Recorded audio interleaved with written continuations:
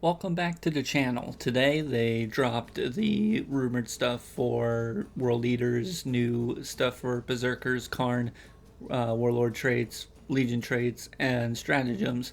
So I just want to skim over it real quick, do something a little different than normal. And with that, we're going to actually start with Karn.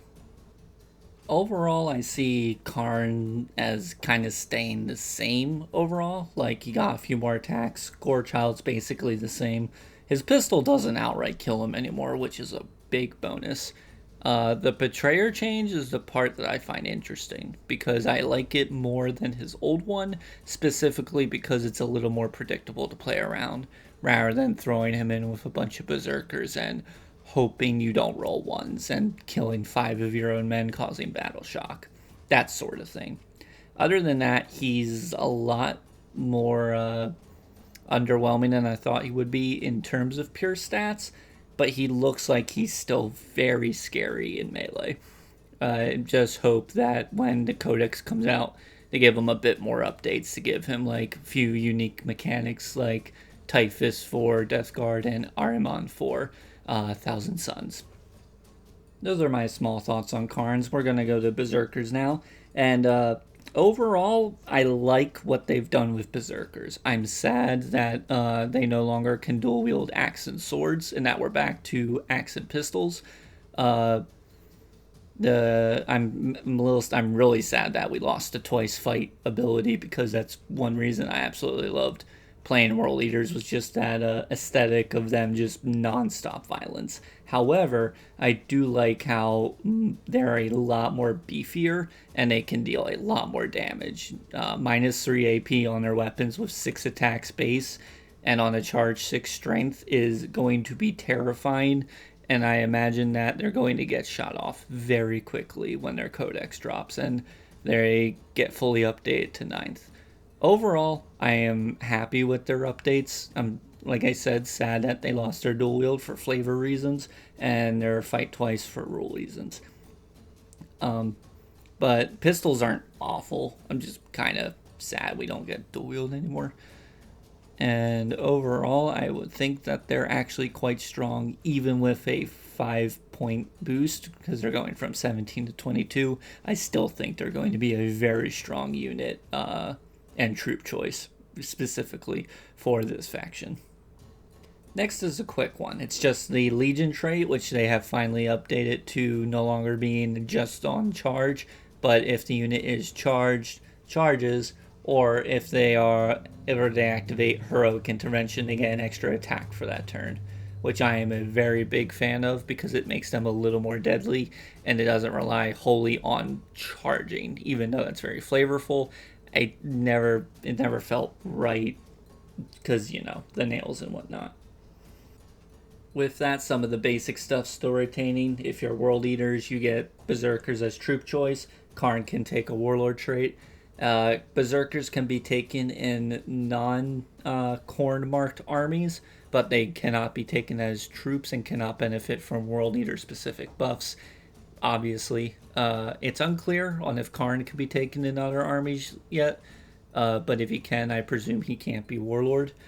As well as the restriction for Mark of Khorne is being clarified, that you no longer benefit from Psychers, period.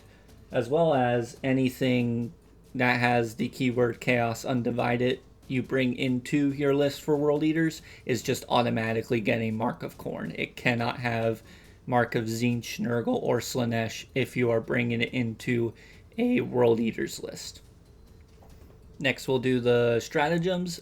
Scorn of Sorcery, 1 CP, basically remaining the same. If a Psyker attempts to manifest a Psyker spell within 24 inches of a World Eater unit, you can spend the CP to roll a d6, and on a 4-up, the power is denied. Apocalyptic Fury, or Frenzy, is the one causing a stir in the community for World Eaters right now. Because the wording is as follows: use this stratagem at the start of the first battle round. Select one World Eater's infantry unit from your army. That unit can make a normal move up to 9 inches. This unit must end the move more than 9 inches away from any enemy models. If both players have this unit of If both players have the units that can do this, player who is having the first turn moves their units first.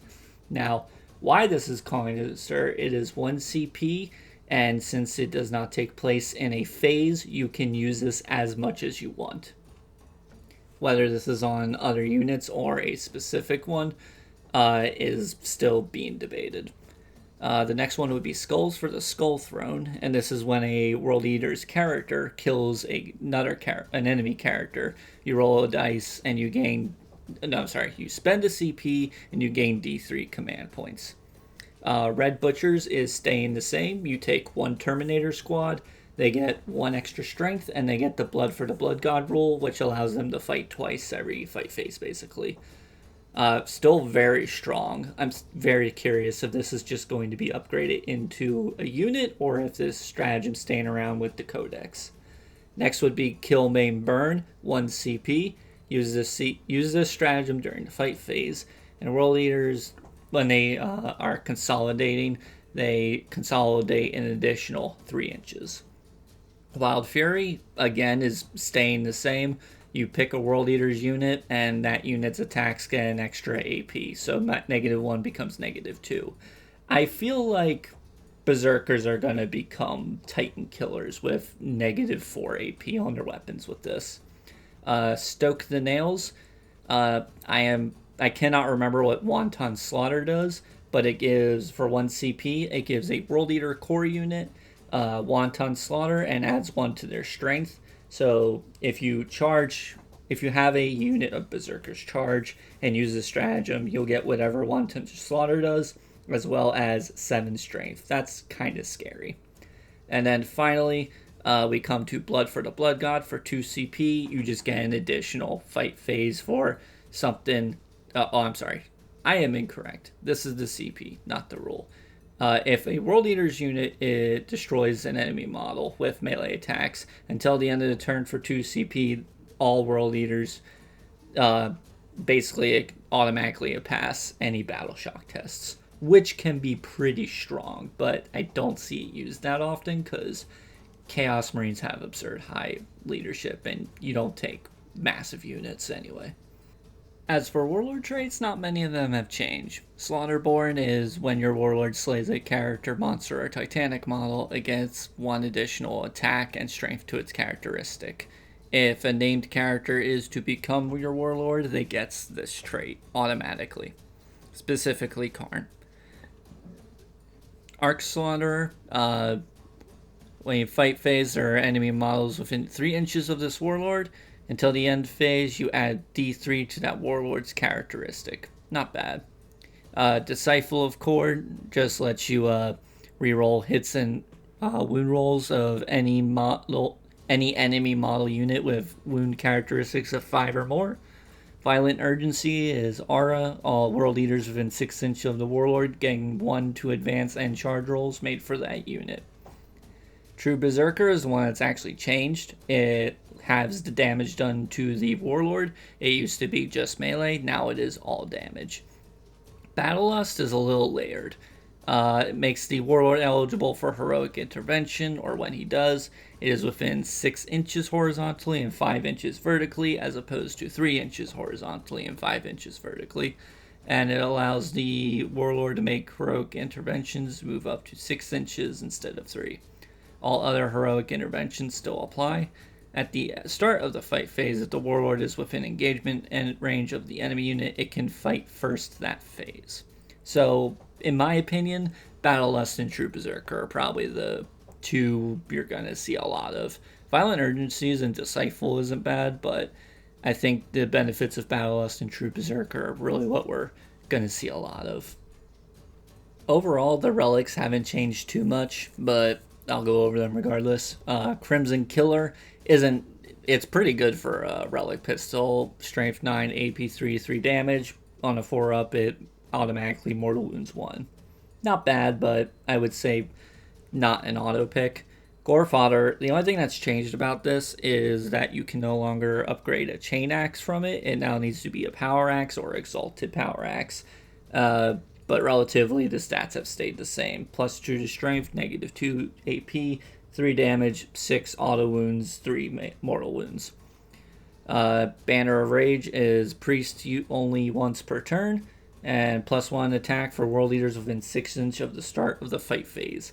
This could be pretty strong, honestly. You put a Dark Apostle right in front of or behind a unit of Khorne Berserkers, hit them with the additional roll ability, and then this, and then keep Karn or a Chaos Lord near them. That's a very scary unit you got right there. Berserker's Glaive replaces Axe or Exalted Axe, +2 strength, -3 damage, 2 damage, and grants bearer 5+ feel no pain, which could be very handy given that world leaders aren't known for their sturdiness.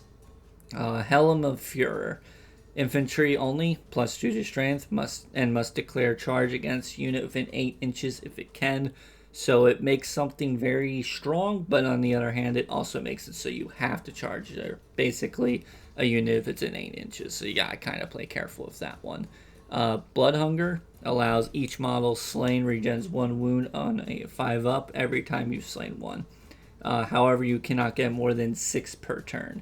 That's a nerf from the last one. I believe there was no limit to the amount of wounds you could heal on your last one. And Charadon, but I don't have the book handy, so I can't compare.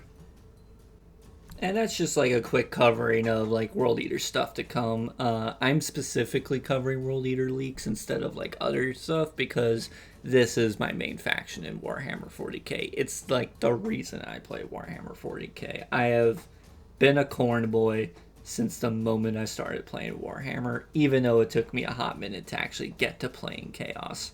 But I've been pure melee, rushing in, just taking skulls and blood for Khorne.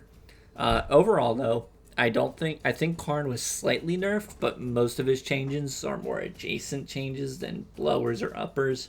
Berserkers, I actually think will be scarier once we get the full Codex rules. But again, like with Khorne, I think what they've taken away and what's been added, very adjacent move.